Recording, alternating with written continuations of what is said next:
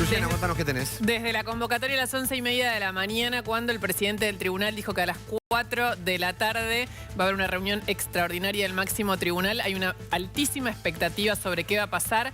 La información urgente es que hace apenas 5 minutos el doctor Rosati y el doctor Rosenkrantz, cada uno por su cuenta, entregaron sus votos en la Secretaría Penal sobre la denominada causa vialidad.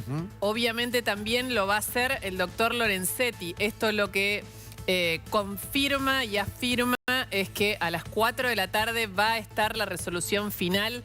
Los votos ya están escritos y esos 3 votos claramente van a estar en una misma sintonía, porque esta corte tiene 5 lugares pero 3 miembros y solo pueden tener sentencia en algo si están los 3 de acuerdo, porque si no hay que llamar a conjueces. No se va a llamar a conjueces, va a haber sentencia más allá de cuál sea el resultado, cuál sea la resolución de los 3 jueces de la corte.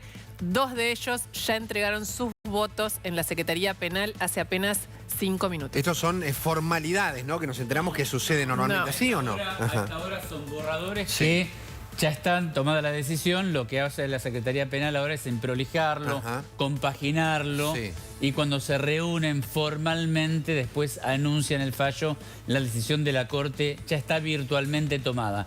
O sea, no está firmada, pero está tomada. La Secretaría Penal ya sabe que se viene la condena. Va a haber, en esto que vos estás contando, Luciana, Adrián, hay decían unas 10 o 15 páginas.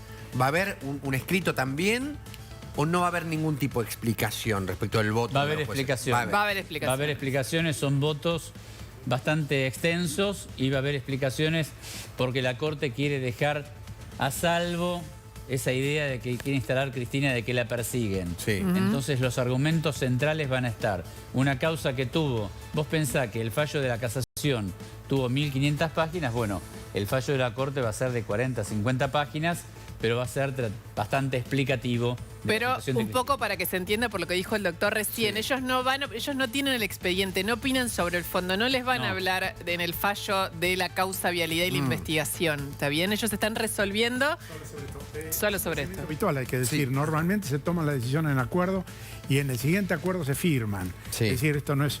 Y hay una área en la Corte que se llama de compaginaciones, que es donde los votos se organizan. Es decir, un procedimiento habitual. Ahora, ya tenemos una noticia importante. No es un 280 puro. Bien. Hay una innovación posible que sería un 280 fundado. Exacto. Que es una cosa que no corresponde, pero el 280 que no existe, pero es el certiorario negativo, que es no dar motivo. No, pero expliquémoslo bien que no nos entiende nadie. ¿Y qué es el 280 en principio? ¿Qué es el 280? El 280 es un artículo del Código Procesal que cuando se amplió la Corte en la época de Menem se incluyó para establecer el certiorario argentino. Certiorario es la expresión en los Estados Unidos no se... Pero para rechazar, para que la gente entienda, para rechazar. Cuando es insustancial la cuestión federal planteada. No hay motivo. O sea, cuando la queja no tiene sustento, vos vas, te quejás ante la Corte y decís quiero que abran el expediente porque yo quiero que me revisen el fondo de esta investigación. No es que lo rechazan, simplemente que el tema no es importante. Juan, pero decir eso respecto de un expresidente no es imposible. Era muy duro, era imposible. Entonces, ahora, lo que normalmente debería ocurrir es que la Corte tenga acuerdo y haga un fallo sobre el fondo. Es decir, lo rechaza. Eso es lo que está pidiendo la expresidenta. Pero puede ser un fallo sucinto, no tiene que ser un fallo... Simplemente porque recuerden que solo trata las cuestiones federales planteadas. Ahora, creo que lo que puede ocurrir es este híbrido argentino, que es, decimos que es insustancial, que la cuestión federal no tiene importancia, que en realidad no la tiene si no fuera el presidente. Es un tema que no hubiera sido tratado probablemente nunca por la Corte y que realmente se trata porque, bueno, todos sabemos, no hace falta aclarar demasiado, y sobre todo el plazo está puesto por la candidatura, porque eso se plantearía otra cuestión federal que no querría la Corte tratar, es resolver si la señora Kirchner puede ser candidata o no. Y eso es un tema que quedaría con la decisión de hoy resuelto. Bueno, ya está resuelto, no puede ser nunca más candidato. A menos, naturalmente, que haga... Alguno se plantea, Juan, y te quiero preguntar esto, vos que sos constitucionalista, alguno se plantea si Cristina en el futuro podría ser indultada.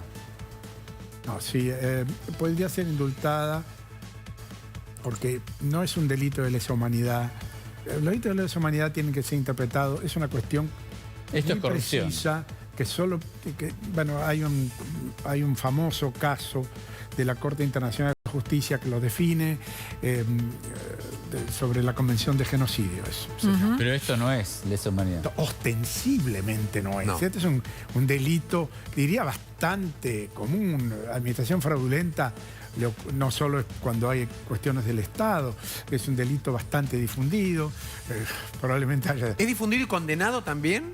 No, porque muchas veces, si no tiene esta trascendencia, tiene condenas menores. Ajá. Juan, ¿vos recordás algún caso que se haya condenado en la Corte a un presidente o expresidente con inhabilitación Perpetua. perpetua? Bueno, nunca se llegó al caso del doctor Menem. Pero la condena incluía, eso es lo que yo no cuando tengo hay delitos dolosos hay inhabilitación. Como Sí, pero- accesorias. Por delitos contra la administración pública, eso está en el Código Penal, ¿no? Ahora, condenas contra presidentes, no, mejor dicho, ha habido algunas, pero no, en fin, contra Perón en el 55, después un tribunal militar que en aquella época estaban vigentes. Pero no de la Corte Suprema. Pero no de la Corte. No. Hubo un tema que planteó la Corte y la Procuración en aquella época de si había ciertos tipos de delitos graves que podemos asociar al tema que planteaba recién, el tema que hubiera podido una condena que no podría ser indultada. Claro. Este no es el caso. La señora Kirchner, en caso de ser condenada y que su sentencia sea aplicada, es decir, que vaya al juez de primera instancia y la aplique, podría ser indultada sin mayor... Vamos, doctor, vamos a... Podría ser indultada ahora. No, está Esto bien. es todo un debate, ¿no? Que me parece bien que sigamos. Pero vamos a hacer un paréntesis y vamos a mostrar una imagen de dos de los protagonistas del día de hoy. Claramente uno es el presidente de la Corte Suprema de Justicia de la Nación y otra es la expresidenta Cristina Fernández de Kirchner. Las vueltas del destino. La vuelta del destino. Es una imagen, Luciana, que ¿cuánto tiempo tiene esta Y que fue que vamos a ver? 1994, o sea que 31